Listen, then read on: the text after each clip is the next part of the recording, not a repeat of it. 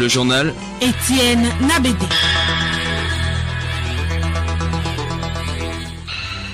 Mesdames, Messieurs, bonjour et bienvenue dans ce journal. En voici le sommaire. Mise en place des recommandations de l'examen périodique universel et des organes de traité, la commission interministérielle et les organisations de défense des droits de l'homme s'approprient le plan d'action national. Il s'agit d'améliorer le secteur des droits humains au Togo. La première édition du Salon des métiers aura lieu du 14 au 16 décembre prochain à Lomé. La rencontre va regrouper des entreprises, entrepreneurs et écoles venus de plusieurs pays. Objectif, sensibiliser, former et orienter les jeunes parents et professionnels sur le métier et l'adéquation formation-emploi. Algérie, l'idée d'un report de la présidentielle d'avril prochain approuvée à demi-mot par plusieurs tenants de la majorité au pouvoir.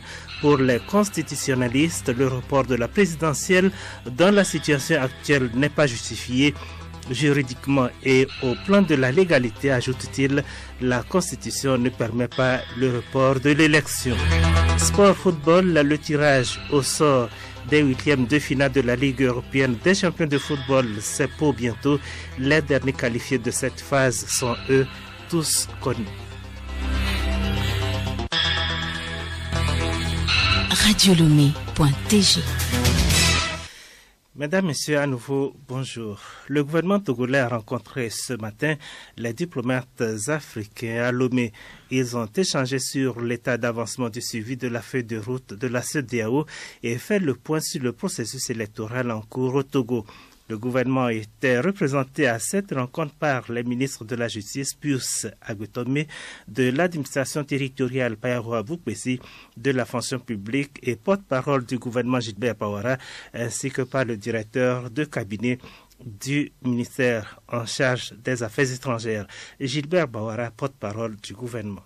Il est important de rencontrer les ambassadeurs et les chargés de mission des pays africains qui sont dans notre pays, de partager avec eux les informations sur l'évolution de la situation de manière générale et particulièrement la mise en œuvre de la feuille de route de la CEDEAO. Cela a été l'occasion de les remercier pour leur solidarité et leur soutien au peuple togolais, à notre pays et aux autorités pour sortir définitivement de la situation sociopolitique que nous avons connue.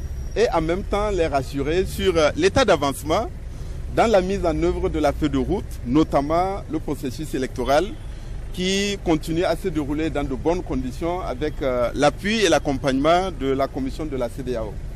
Bien entendu, nous leur avons également fait part des mesures que le gouvernement continue à prendre pour apaiser davantage le climat social et décrisper la situation politique et naturellement les derniers incidents qui ont eu lieu à Lomé et à Sokodé, et les rassurer que tous les efforts seront déployés pour faire la lumière sur ces incidents, identifier et traduire les responsables devant la justice. Gilbert Bawara, porte-parole du gouvernement, au sortir de la rencontre gouvernement togolais, diplomates africains à Lomé. Le Togo s'active en vue de traduire dans la réalité les différents engagements pris à l'échelle nationale, régionale et internationale pour la consolidation des droits de l'homme. Un atelier national de vulgarisation et d'appropriation du plan d'action national de mise en œuvre des recommandations de l'examen périodique universel et des organes de traité se tient depuis ce matin à Lomé. Hélène Assabi.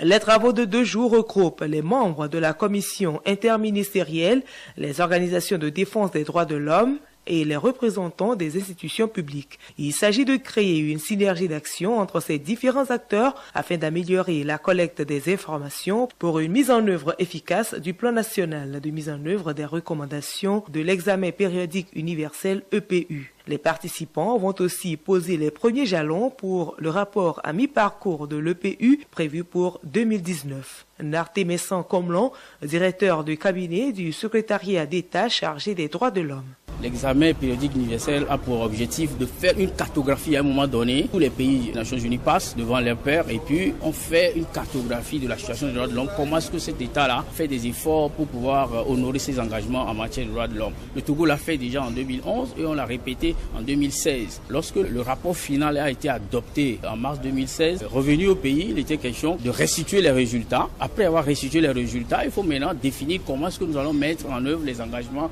qui ont été pris à Genève. Et donc c'est dans ce cadre-là qu'un plan d'action a été élaboré et validé par l'ensemble des parties prenantes. C'est ce plan d'action-là que nous essayons maintenant de faire connaître à toutes les parties prenantes pour qu'elles puissent, chacun puisse savoir quelle est sa part de responsabilité et comment est-ce que dans les années qui suivent, on pourra mettre ensemble en œuvre ces engagements-là. Le Togo est attendu pour son 3e passage à l'examen périodique universel en 2021 devant le Conseil des droits de l'homme de l'ONU. Les points focaux, partenaires financiers, experts techniques et juridiques planchent depuis hier sur la charte de l'eau du bassin de la Volta en vue de sa validation.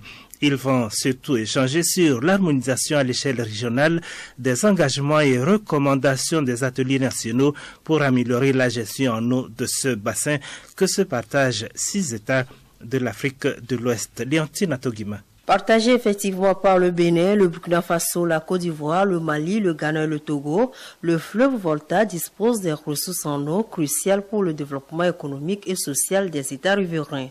La charte de l'eau viendra préciser les rôles et responsabilités de ces pays dans l'utilisation des ressources et définir aussi les principes de gestion des productions naturelles du bassin de la Volta. Dessouassi Yaovi Robert, directeur exécutif de l'autorité du bassin de la Volta. Les ressources du bassin de la Volta, c'est partagé parce que ce n'est pas sur le territoire d'un seul pays. Donc un pays ne peut pas se lever et faire ce qu'il veut sur le fleuve dans son territoire national, sans se référer aux États à côté. C'est pourquoi, pour éviter les conflits liés à l'utilisation de cette ressource en eau et puis ces secteurs connexes, il faut développer des outils pour régler les différends entre les États. Voilà, la charte, c'est un document fondamental qui vient appuyer cette convention dans laquelle nos États se sont engagés pour se concerter autour de toute activité de mise en valeur des ressources naturelles de ce bassin pour le bien de nos populations. La validation de ce document mettra ainsi fin à la 2e phase de l'étude du projet.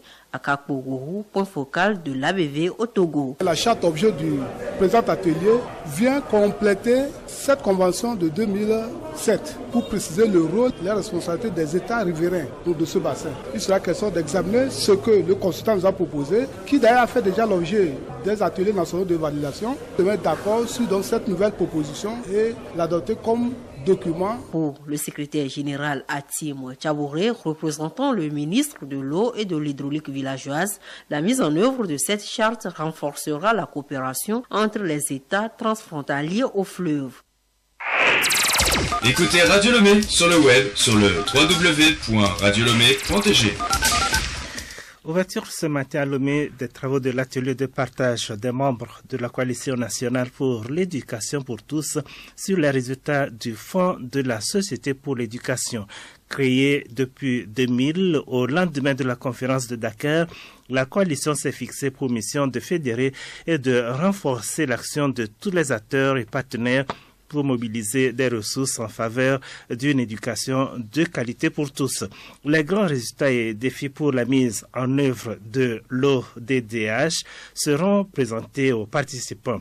Amae Loki Adjoa, présidente de la dite coalition. Depuis 2009, ce fonds appuie la coalition nationale togolaise dans toutes ses activités. À partir du 31 décembre 2018, ce fonds sera à son terme. Il était normal que nous organisions cette rencontre de partage des résultats que nous avons pu obtenir à travers ce fonds. La coalition est active en plaidoyer, en communication, en mobilisation sociale et sensibilisation pour accompagner le gouvernement et les autres partenaires afin que nous puissions garantir le droit à l'éducation des enfants. Lomé abrite du 14 au 16 décembre prochain la première édition du Salon des métiers. L'événement va regrouper des entreprises, entrepreneurs et écoles venus de plusieurs pays pour sensibiliser former et orienter les jeunes parents et professionnels sur le métier et l'adéquation formation-emploi. L'orientation scolaire et professionnelle est capitale pour la réduction du chômage dans tous les pays. Partant de ce constat et vu l'importance du chômage des jeunes dans notre pays, le ministère en charge de l'emploi des jeunes parraine la première édition du Salon des métiers. Arlette Bihéou Bakpabia, ingénieure réseau, co-organisatrice Salon des métiers. Nous sommes partis du constat selon lequel il y a un véritable problème aujourd'hui entre l'adéquation formation-métier. Pourquoi? Parce que nous avons beaucoup de nos jeunes qui suivent des formations qui à la fin ne débouchent pas forcément sur des emplois. Nous avons mis en place ce salon pour rassembler sur un même endroit les écoles, les entreprises et les entrepreneurs pour que chacun puisse venir parler de leur expertise, les écoles, leur formation et les débouchés possibles aux parents, aux élèves qui s'engagent dans leurs écoles, mais aussi les entreprises pour qu'ils expliquent les métiers qu'ils emploient, et les entrepreneurs pour qu'ils viennent partager leur expérience sur les compétences qu'ils ont dû développer pour mettre sur pied leur entreprise. La première édition du Salon des métiers de Lomé est un cadre réservé aux parents, élèves et étudiants et aux professionnels attendus pour la promotion des parcours gagnants. L'événement est co-organisé avec le soutien de l'OIF, du FAEJ, de l'ANPE, de l'Université de Lomé et ses entreprises. Le journal Étienne Nabédé. Yaya Jammeh, l'ancien chef de l'État gambien, a été déclaré persona non grata aux États-Unis. L'ancien président gambien et sa famille subissent les conséquences logiques des conclusions établies depuis décembre 2017 par le département du Trésor américain. En prononçant lundi une interdiction de séjour sur le sol américain pour l'ancien président en exil en Guinée équatoriale, le département d'État américain a aussi rappelé que la mesure s'applique à tous les représentants de gouvernements étrangers soupçonnés d'avoir commis de graves faits de corruption ou une violation flagrante des droits de l'homme. En Algérie, l'idée d'un possible report de l'élection présidentielle de plus en plus répandue, l'islamiste Abdelrazak Makri propose ce report en raison de la dégradation de la santé de Abdelaziz Bouteflika, le président algérien. L'idée de report du scrutin d'avril 2019 a été approuvée à demi-mot par plusieurs tenants de la majorité au pouvoir. Geneviève Pognon. La proposition est faite, le débat commence à s'installer à moins d'un mois de la convocation du corps électoral en prévision de l'élection présidentielle d'avril 2019. L'opinion nationale assiste à une sorte de processus tendant à ajourner le rendez-vous.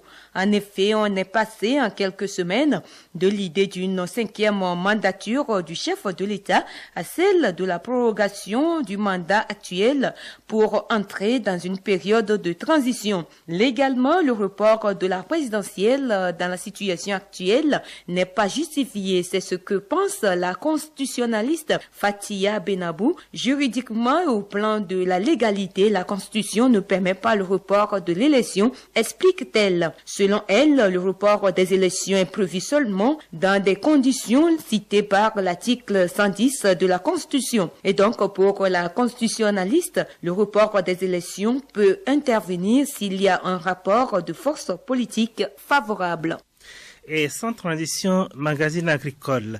Le Centre d'excellence régionale sur les sciences aviaires CERSA fait la fierté de ses promoteurs. Depuis sa création, les étudiants valorisent les produits locaux à des fins nutritionnelles. Découvrons quelques réalisations dans ce magazine de Odette Pira. Au Centre d'excellence régionale sur les sciences aviaires, il y a des innovations, des avancées réalisées par des étudiants en master et doctorat.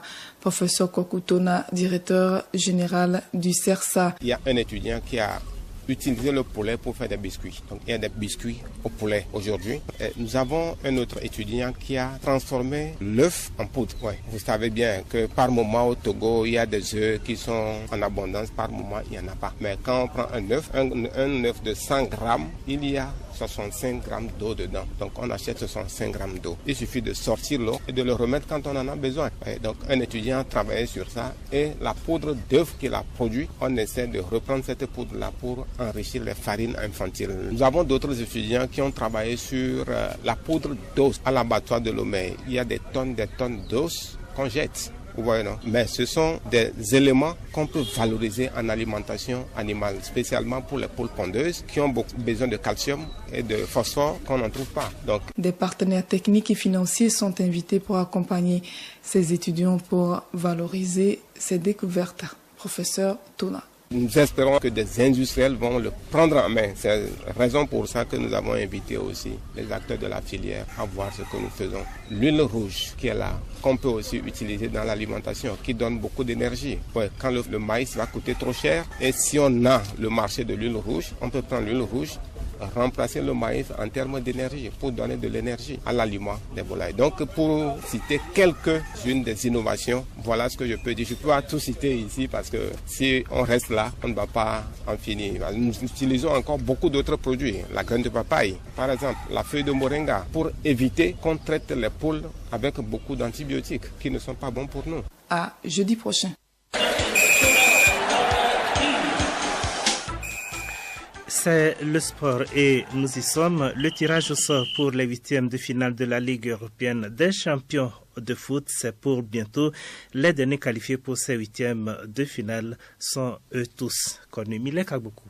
Tous les grands et habitués de la compétition sont au rendez-vous. Le tenant du titre Real Madrid, le finaliste Liverpool et les habitués de haut niveau comme Bayern Munich, FC Barcelone et Juventus, les autres comme Paris Saint-Germain, Manchester United, Manchester City, Tottenham, FC Porto, Borussia Dortmund, AS Roma, Juventus Turin, Ajax d'Amsterdam et Lyon complètent le tableau des 16 clubs.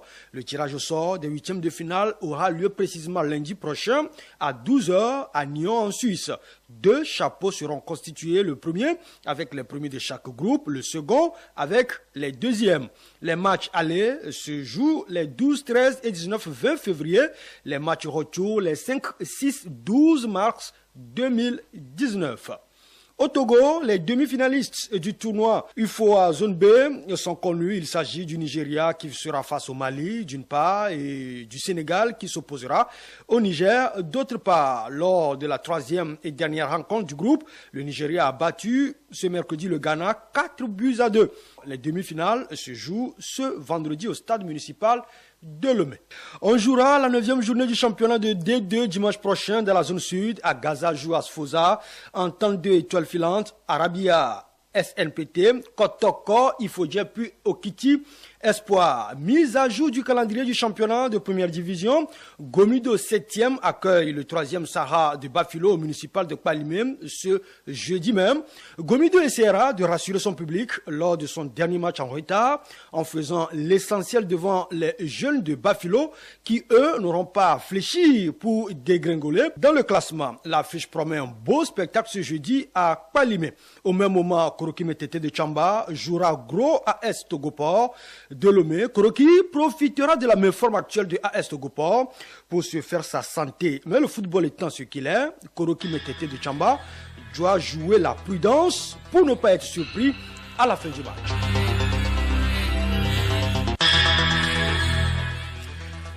Mesdames et messieurs, nous disons merci à Milek Agbokou pour cette page de sport qui met